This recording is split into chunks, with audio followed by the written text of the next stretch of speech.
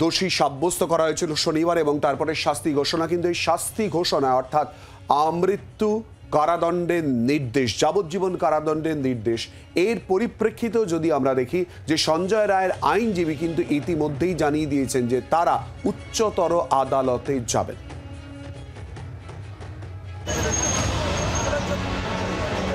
শনিতে দোষী সাব্যস্ত, সোমে আমৃত্যু কারাদণ্ড। আরজিকর মেডিকেলে কর্তব্যরত চিকিৎসককে ধর্ষণ খুনে দোষী সাব্যস্ত সিভিক ভলেন্টিয়ার সঞ্জয় রায়কে আমৃত্যু কারাদণ্ডের নির্দেশ দিলেন শিয়ালদা আদালতের বিচারক অনির্বাণ দাস। খাস কলকাতার সরকারি হাসপাতালে কর্তব্যরত তরুণী চিকিৎসককে নৃশংসভাবে ধর্ষণ খুনে দোষী সাব্যস্ত সঞ্জয়ের সাজা ঘোষণা করতে গিয়ে বিচারক মন্তব্য করলেন, এই ঘটনা বিরলের মধ্যে বিরলতম নয়।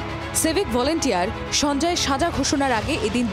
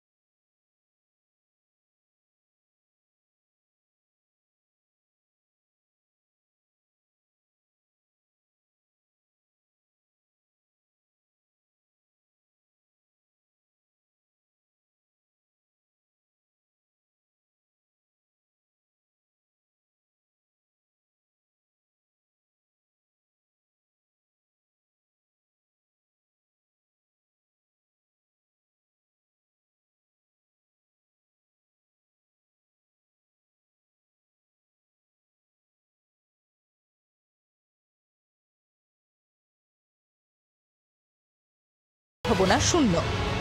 মৃত্যুদণ্ডপ্রাপ্ত আসামিদের ওপর একটি গবেষণাপত্র পেশ করেছি।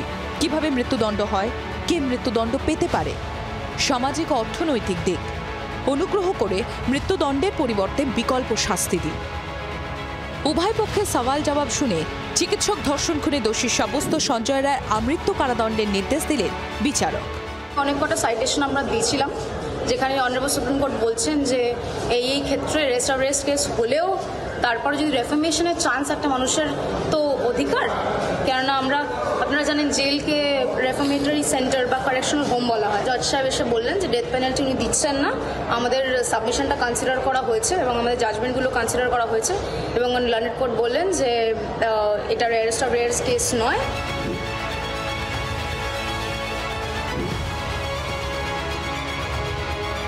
আপনারা কি আগামী দিনে হাইকোর্টের দ্বারস্থ হবেন? হ্যাঁ, সেটা তো যে কোনো অ্যাকিউজড যে কনভিক্ট হচ্ছে তার রাইট থাকে ওপরের আপিল কোর্টে যাওয়ার, তো ডেফিনেটলি উনি আপিল তো করবেন। সুপ্রিম কোর্টের গাইডলাইন তুলে ধরে সওয়াল করে নজর কাড়লেন সঞ্জয়ের আইনজীবী সেজুতি চক্রবর্তী। ব্যুরো রিপোর্ট, জি24 ঘন্টা। বাংলার আওয়াজ, বাঙালির আবেগ, জি24 ঘন্টা।